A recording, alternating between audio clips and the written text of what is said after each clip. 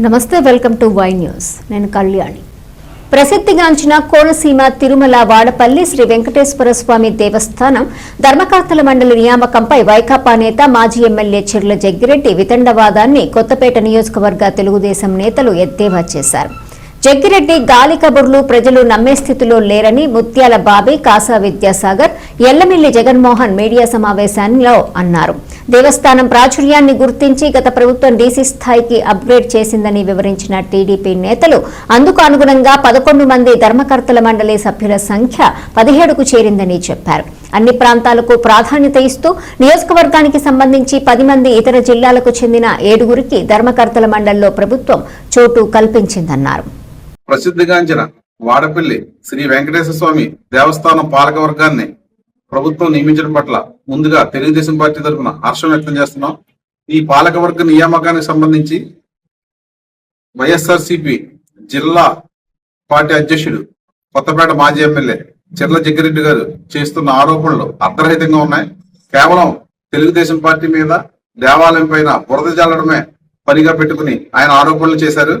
వాడపల్లి దేవస్థానం పాలకవర్గం నియామకం గురించి, సభ్యులపై నియామకం గురించి ఆయన చేసిన ఆరోపణలను ఒక్కసారి పరిశీలిస్తే ఆయన యొక్క మాటల్లోని డొల్లతనం బయటపడుతుంది.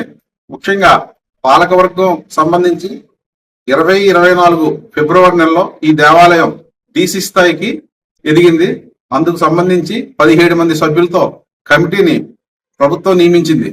గతంలో దేవాలయం ఏసీ స్థాయిలో ఉండడం వల్ల 11 మంది సభ్యులు ఉండేవారు. ఆ 11 మంది సభ్యులు అప్పుడు నియోజకవర్గ పరిధిలో వారి నియామకం చేపట్టారు. ఇప్పుడు అది రాష్ట్ర స్థాయి టెంపుల్ గా ఎదగడం వల్ల సభ్యుల సంఖ్య పెరగడం, దానికి అనుగుణంగా ఇతర జిల్లాల నుంచి కూడా భక్తులు ఈ దేవాలయానికి రావడంతో ఈ ధర్మకర్తల మండలి కూడా విస్తృతమైంది.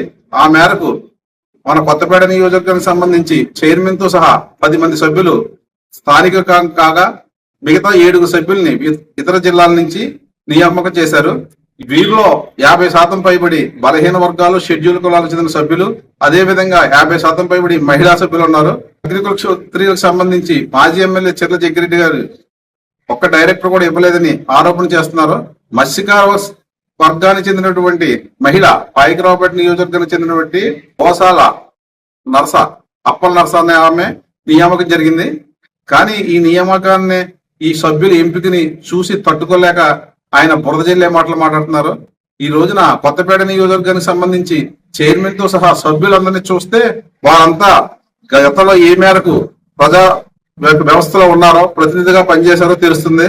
ఈవేళ సభ్యులుగా తీసుకుంటే ఒక మోడేకూరు నుంచి తీసుకున్న ఎస్సీ మహిళ సరిల సరిత గారు ఆ గ్రామానికి సర్పంచ్ గా పనిచేసి ఉన్నారు.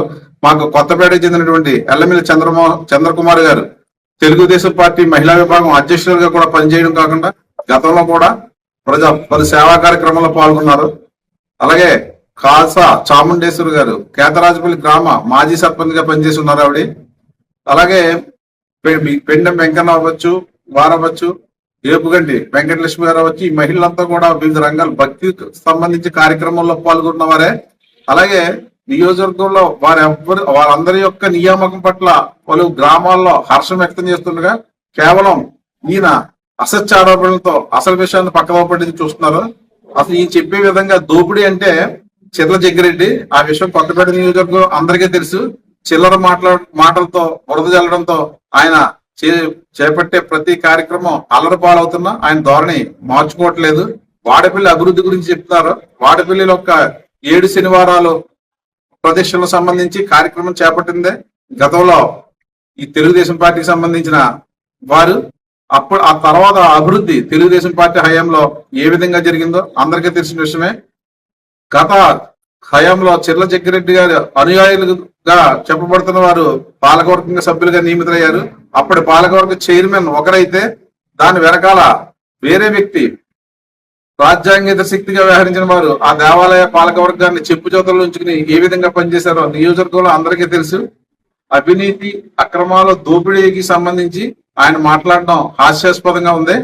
ఇప్పటికైనా చిర్ల జగ్గిరెడ్డి తన వైఖరి మార్చుకోవాలి. ఈ పోస్టులకు సంబంధించి డీసీ పోస్ట్ కూడా గత వైసీపీ ప్రభుత్వంలోనే నియామకం జరిగింది.